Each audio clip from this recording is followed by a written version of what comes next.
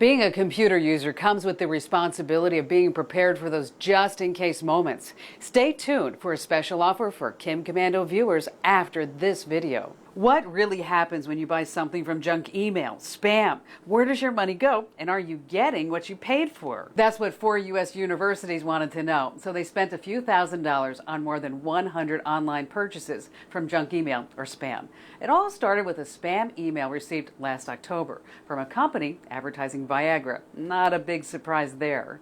The money trail began in California, where researchers made the purchases with a Visa credit card. From there, the story reads like an Indiana Jones movie. The websites involved were based all around the world, in Russia, China, and Brazil. The payment for the purchases was accepted by an outfit you probably never heard of, the Bank Joint Stock Investment Bank, a merchant bank in Baku. Where's Baku? It's in India. That's right. The Viagra that they ordered from a spam message was then shipped from India. More about the quality of that Viagra in just a moment. A total of 3 banks were involved in the financial transaction. One in Azerbaijan, one in Denmark, and another in Nevis, West Indies. Researchers found that these 3 banks were involved with 95% of their spam-based purchases. Now, as part of the study, researchers also found that a third party was involved in the original spam campaign and most likely got a cut of the deal, maybe as much as 40%. They also found that the spam peddlers used a variety of technical tricks to reach their targeted audience. While the researchers did in fact get the Viagra that they paid for, it turned out to be counterfeit medication. It wasn't Viagra at all. It was just a bunch of pills. So is all of this legal? Because the researchers got something for their money, investigators would have a hard time charging these businesses with fraud. It might be a different story, though, for the pharmaceutical companies with trademark and copyright concerns.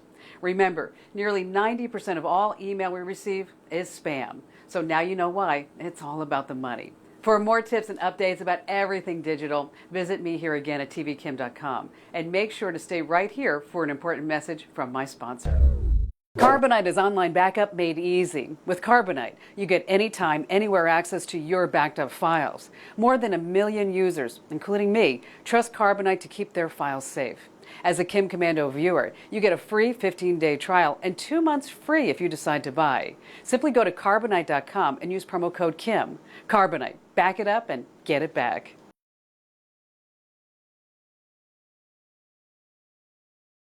419, the hitman, phishing with a PH, not an F. Scams you need to know about so you don't become the next victim.